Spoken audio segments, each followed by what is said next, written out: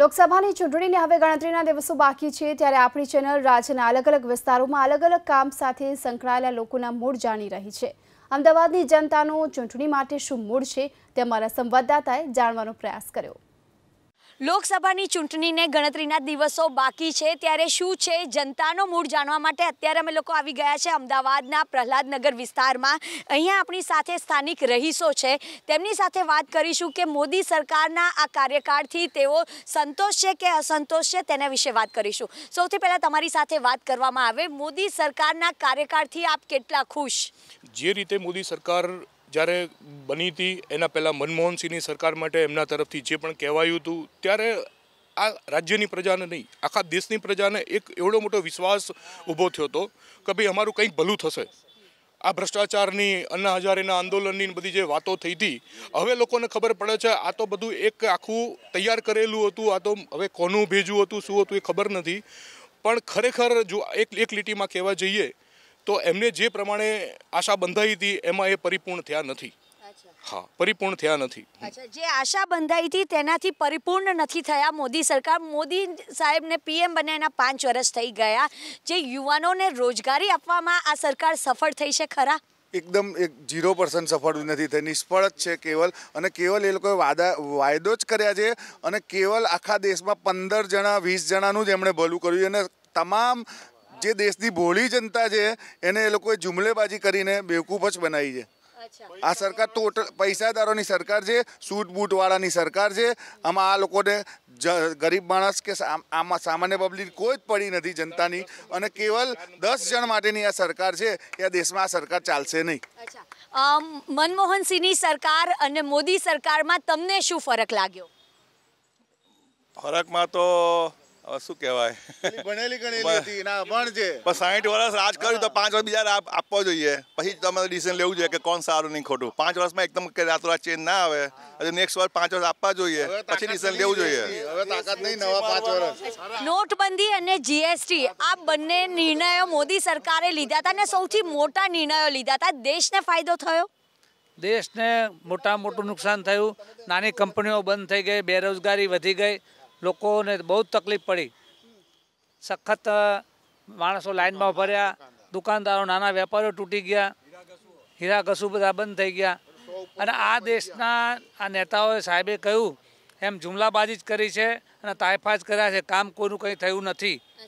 કાળું નાણું લાવવા માટે મોદી સરકાર સફળ થઈ છે ખરા? ના, સફળ થઈ જ નથી। આ સરકાર છે ને, આ સરકાર છે એ પૈસાદારોની સરકાર છે, ગરીબોની સરકાર છે જ નહીં। તમે જો બધી જ વસ્તુ જે ઇન્ડસ્ટ્રી છે, શિક્ષણ છે, પછી આ સ્વાસ્થ્ય છે, એ બધું જ ખાનગી તરફ લઈ જાય છે અને ખાનગીકરણ કરીને એના જે મોટા ઉદ્યોગપતિઓ છે એના હવાલે કરે છે। એટલે ગરીબ પ્રજા તો આનાથી પણ વધારે મુશ્કેલીમાં આવશે જો બીજી વાર આ સરકાર આવી તો। બીજું કે વિરોધ પક્ષ છે એ તો એના અવગુણ હોય અથવા પ્રજાને મુશ્કેલી પડતી હોય એની રજૂઆત તો કરે ને, એટલે જે રજૂઆત કરે એટલે દ્વેષદ્રોહી થઈ ગયા। એ દ્વેષદ્રોહી નથી, એ સરકારને બચાવવાને પ્રજા માટે કામ કરતા હોય છે। એટલે એવું ના માની લેવાય કે જે એનો વિરોધ કરે છે એને વિરુદ્ધમાં છે, કારણ કે એને પ્રજાને જે આપવું જોઈએ એવું કશું જ આપ્યું નથી। આજે ગુજરાતની પરિસ્થિતિ જોજો, ગામડાની અંદર ગામડા સાવ ભાગી પડ્યા છે।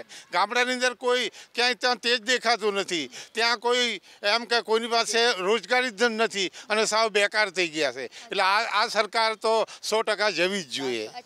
તમે શું માની રહ્યા છો? મોદી સરકારે એવો દાવો પણ કર્યો હતો કે ખેડૂતોની આવક બમણી થશે। તમને શું લાગે છે કે આ કેન્દ્રલક્ષી પ્રયાસો થયા છે ખરા? ભાઈ બાપા, એક વસ્તુ સમજો, 300 રૂપિયામાં જે ખાતર મળતું હતું એ 1000માં મળ્યું। કોની આવક થઈ ડબલ? હા, આ ક્યાં સુધી આવું ચલાવી લેવાનું? હા, તમે એક વિચાર કરો કે 1000થી વધારે ખેડૂતોએ આત્મહત્યા કરી। આમાં ડબલ થશે કે શામાં ડબલ થશે? કઈ આવકમાં ડબલ થશે? આ જે મરે છે, તમે એક જ વસ્તુ જુઓ, આ આત્મહત્યામાં ડબલ થશે કે ભાવમાં ડબલ થશે? લોકોને ફક્ત એમના માણસોને જ મદદ કરી છે, 15-20 જણાને, બાકી બીજાનું તો કરી જ નાખ્યું છે। અને એક જ વસ્તુ, તમે એની વિરોધમાં બોલો એટલે ગયા, તમે છેવટે એનું એન્કાઉન્ટર સુધી પતાવી દે। બીજું હવે કાંઈ કહેવાનું રહેતું નથી. રાહુલ ગાંધીની પ્રતિભા નિખરી છે ખરા આ 5 વર્ષમાં રાहुल गांधी? नहीं, राहुल गांधी तो बिल्कुल ही नहीं. सबसे बड़ा प्रॉब्लम ये है कि अगर मोदी नहीं तो कौन. सबसे बड़ी चीज़ इसको हमको लगती है कोई भ्रष्टाचार नहीं हुआ है, कोई मंत्री का ये नहीं हुआ है, कोई नहीं. एक राफेल छोड़ के मेरे ख्याल से नहीं, दैट इज नॉट वो नहीं वो. हाँ, मोदी के बाद कौन? अच्छा, नहीं, दूसरी बात सबसे बड़ी बात मैं बता रहा हूँ कि एक भी आप मिनिस्टर का नाम बताओ जो इसके इसमें हुआ हो. कोई सामने का आया. તમે શું માની રહ્યા છો? 90 દેશોનો પ્રવાસ કરી ચૂક્યા છે નરેન્દ્ર મોદી, એમાં દેશને ફાયદો થયો છે ખરા? બિલકુલ થયો નથી. એમણે ખાલી જલસા જ કર્યા છે. 90 દેશમાં ફરીને દેશના પૈસા જ વાપર્યા છે, એટલે પબ્લિકના પૈસા વાપર્યા છે. એમણે બીજું કંઈ કર્યું નથી, ખાલી ફરવામાં જ ધ્યાન આપ્યું છે. દેશ માટે તો ધ્યાન આપ્યું જ નથી. 90 દેશોમાં ફરીને ઇન્ડિયાને શું ફાયદો થયો? બીજું બિલકુલ લાગતું નથી કે કોઈ ફાયદો થયો હોય એમ. તમે જ્યારે મત આપવા જશો ત્યારે કયા કયા મુદ્દાઓને ધ્યાનમાં રાખશો?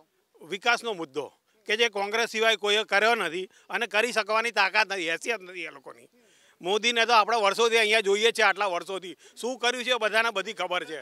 હવે દેશની અંદર શું ઉકાળવાના હતા? રાહુલ ગાંધી. અચ્છા, આ 5 વર્ષમાં તમારા જીવનમાં અચ્છે દિન આવ્યા છે ખરા?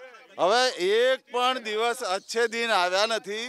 તમે એક વસ્તુ વિચાર કરો કે આ દેશમાં જ્યારે 1947માં જ્યારે આ દેશ આઝાદ થયો ત્યારે આ દેશની પાસે શું હતું? ફક્ત 2 વિમાન હતા, 2 વિમાન જ હતા. આ દેશમાં ભાખરા નાગલ જેવા બંધો બનાયા. આ કોણે બનાયા? અને તમે અત્યારે તમે જુઓ તો તમે કેવી પરિસ્થિતિ છે.